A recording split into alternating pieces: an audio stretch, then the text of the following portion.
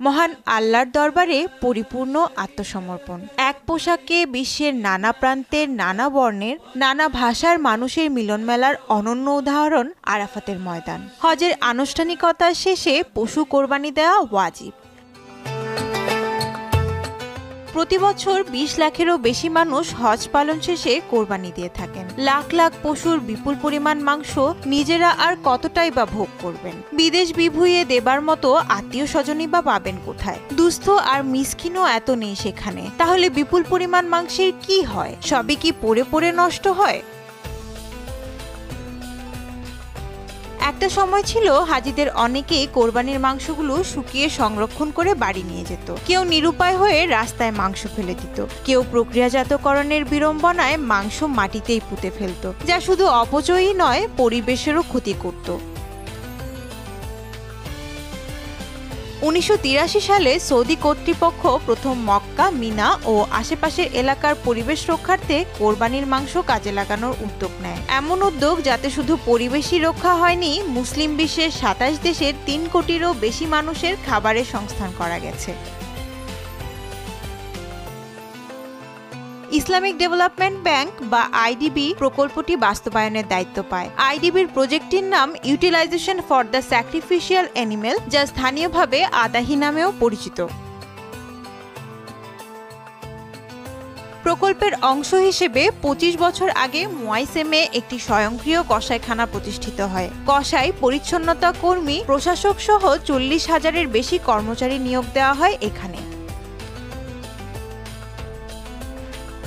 হজের সময় জবাই করা লাখ লাখ ভেড়া, গরু এবং উটের মাংস প্রসেস করা হয় এখানে। শুধু মাংসই নয়, দিনে ৫০০ টন উচ্ছিষ্টাংশ প্রসেস করতে পারে এমন প্ল্যান্টও সেখানে স্থাপন করা হয়েছে। এই প্ল্যান্ট সেগুলোকে সারে রূপান্তরিত করে।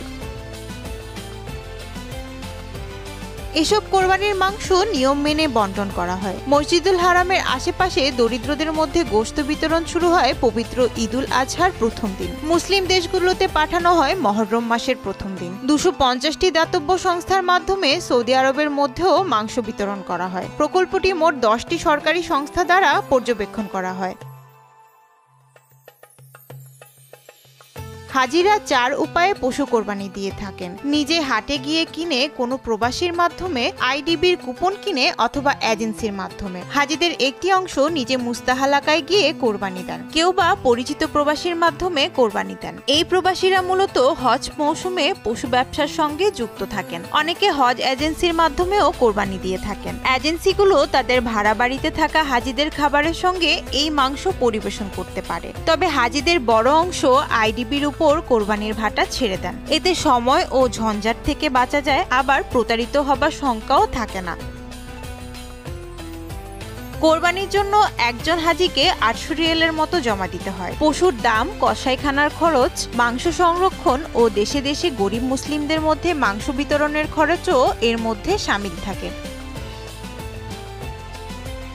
আইডিবির সেই প্রকল্পের অংশ হিসেবে প্রতি বছর বাংলাদেশেও আসে কোরবানির দুম্বার মাংস। দেশের দরিদ্র জনগোষ্ঠীর মধ্যে এ মাংস বিতরণ করা হয়। কোরবানির মাংসের ব্যবহার কর্মসূচি বা স্যাক্রিফিশিয়াল মিট ইউটিলাইজেশন প্রোগ্রাম মূলত পরিবেশগত প্রতারণাজনিত সমস্যার সমাধান করেছে তথা বিশ্বব্যাপী বিপুল সংখ্যক দরিদ্র মানুষের খাদ্যের যোগান দিয়েছে। প্রকল্প শুরু হবার পর থেকে এখন পর্যন্ত প্রায় ৩,৩০,০০,০০০ পশু কোরবানি দেওয়া হয়েছে, যার পুরো মাংস মুসলিম দেশগুলোতে বিতরণ করা হয়।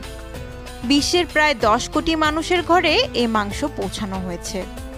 নুসরাত তানি, যমুনা নিউজ।